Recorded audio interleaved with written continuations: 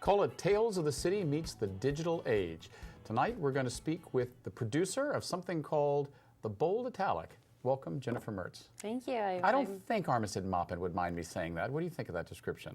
I think it's great. We see ourselves as an ongoing narrative about San Francisco, different kinds of storytelling about the city, and so we would be flattered and honored to be in Armistead Maupin's tradition. You know, I've been here for 27 years, and I've had people say, oh, San Francisco is so provincial. It's so full of itself. It just loves itself a lot. The Bold Italic kind of fuels that. Well, we celebrate, all the diversity of the city, and there is a lot of passion. People take the city very seriously, for as silly as we can be, and as much as we support weirdness. You step on somebody's turf in the wrong way, and they're going to argue in the comment section for days about it. Oh my goodness, we do protest better than anybody. Yep. Now, whose idea was the Bold Italic, and hence the name? Well, we actually are part of a larger media company called Gannett, and they own more traditional media properties like USA Today, billboards. But we come out of their innovation division, so we're this random little satellite, and we're really able to experiment with media and see what could a local publication do that's completely different than what else is out there. So in that way, we have a lot of autonomy. We do events, we do a shop, we do an online magazine. And the idea with the name is that these stories are so important that you bold them and italicize them. Like these are the issues and the people and the ideas that you'll be talking about. At dinner parties, cocktail parties. Right, on TV shows. On TV shows. Right. Now you've been doing this for a while. I mean, you've got a byline history. You wrote for the Weekly. You've written for a number of blogs. I mean, people know Jennifer Maerz. How did you get attracted to the Bold Italic? Well, to be honest, I was kind of burning out working in traditional media. I felt like I used to work at The Stranger up in Seattle, which I felt like is an amazing publication. Dan Savage was my editor, and they really took a lot of chances and were doing a lot of creative things. And so I was recruited to the Bold Italic at a time when I was really thinking media is kind of stuck. The weekly publications were really struggling with ad revenue declining, not understanding the blog world. And so it was amazing to be recruited into this place. And they said, you can produce content, you can produce events. So I did a lot of events for a while too. I mean, is that what it takes nowadays to really keep a media organization going? Is a big brand like Gannett? I mean, it's changed so much. Yeah, I mean, we were really lucky, I have to say, because we were given a lot of space, financially too, to really try out different things. And now we're aiming to be profitable. We have different kind of ways we can make revenue. So it's not like we just have our parents' money and we're going crazy with it. And what we learn really goes back to Gannett. So the things we're figuring out about revenue, about content, about events, they're really considering using for the other publications. So even though USA Today and the Bold Italic are kind of night and day in a lot of ways content-wise, what we're hoping is we're a little idea factory and we can kind of try and fail or try and win at different things, and then they can think about those for other publications that they're starting or that they already own. Right. Now, the Bold Italic is just specific to San Francisco. Are there Bold Italics being considered for other cities?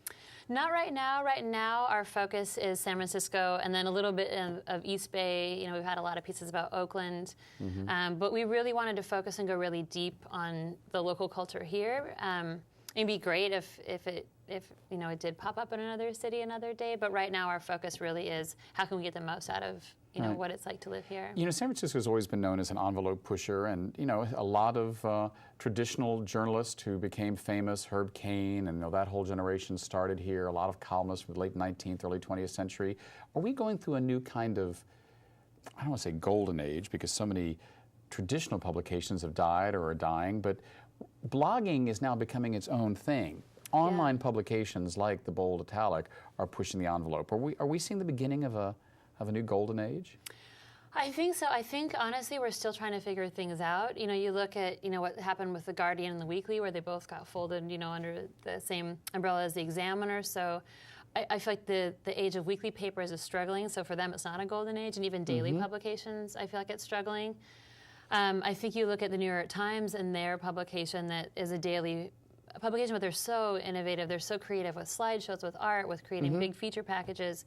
San Francisco, we have Wired, we have us, we have, neighborhood blogs. Like this really shows you the rise of the neighborhood blogs. And I guess that's what I was talking about. I mean, certainly, the Weekly and the Guardian, I'm probably not going to say it's a golden age. But content-wise, you've got more people, more creative writers finding not only venues and outlets, but finding readers. Yeah, I agree. And you can find, the niche that really speaks to you. You can find the cultural group, you can find the neighborhood group. And those people, those are run by very passionate, opinionated writers. So they might be writing, off-the-cuff stuff and very, heated stuff that just makes people really angry. But on one hand, but then they're really digging into the issues that people are excited about. So it's kind of, I think, what's happening in media across the country, where people maybe they read about broad things from certain big publications, but when it comes to happening in their backyard, they really want to figure out who's the local publication that has my voice and my interests in mind, I guess. Now, you said that you're waiting to become profitable. I'm sure Gannett would be happy to hear that. Yeah. Who's your competition? Or are you creating a whole new platform? Honestly, I don't feel like we have a direct competition. Because we pull ad revenue right now from a shop where we collaborate with local artists to create posters and different kind of accessories for your house.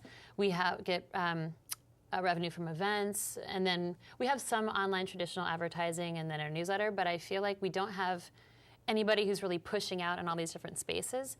On a bigger level, I look at someone like Vice, which is a big media company. Our tone is completely different than Vice, but they've become a brand. They did the Creators Project out at Fort Mason where they worked with Intel, and they built, a giant installation of artists and bands. Or even KEXP, which is a radio station in Seattle that is local, but they do stuff all over the world. They do broadcasts all over the world. So we, instead of looking locally and saying, oh, we're too much like this or that publication, we really look at who's become more than a publication and more of a brand, and that's really how we see ourselves. Now, you say you've been reaching into different communities, and you have coverage from all kind of different communities here in San Francisco. There was recently just an event specific to the LGBT community. Yeah. Which, when you told me first it was at the Mint, I didn't go, but I was like, oh, you mean that really funky karaoke bar I used to go to in the 90s? You're like, no, the Mint. Where they used to make money. Yeah. Yeah. We did San Francisco's big gay birthday party, and the idea was that Pride Weekend falls on the same weekend as San Francisco's 237th birthday, which is actually on Sunday. Yeah. But we thought, let's celebrate, Pride is such an integral part of San Francisco, and why, if we're having this big birthday party, let's put these two things together. So we had a big party at the Mint. We had different themes in the different vaults, invited drag queens, DJs, Carl the Fog had a room. We had an homage to Playland. We had carnival food from Straw. So the idea was kind of mix up a lot of different things, because as you know, Pride, there's a lot of different parties and a lot of different people who've been around for a long time making a lot of us great things happen. We just take the Monday after Pride off because, wow, you need a break. Yeah. But we wanted to really, this is our biggest party that this was our biggest party we've ever done, and so we really felt like, let's focus on two, great things that are part of the culture here at once.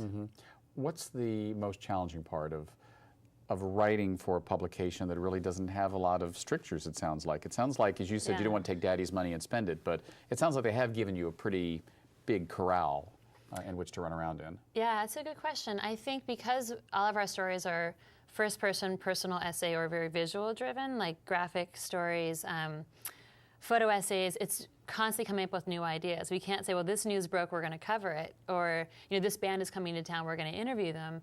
Our stories really depend on our writers, and so we're always trying to reach out into new communities, find new writers, find people from the literary world, like Michelle T., who's an amazing writer, next to a woman that was an intern for us that wrote a story about her experience, being the black friend to a lot of her white friends in San Francisco. So really, it's trying to continually reach out and find people who have great stories to tell, people that are funny. I feel like humor is very important. There aren't a lot of humorous publications in San Francisco, and we are a silly city. We do take ourselves a little bit seriously. Yeah. What is it about San Francisco that keeps it this way?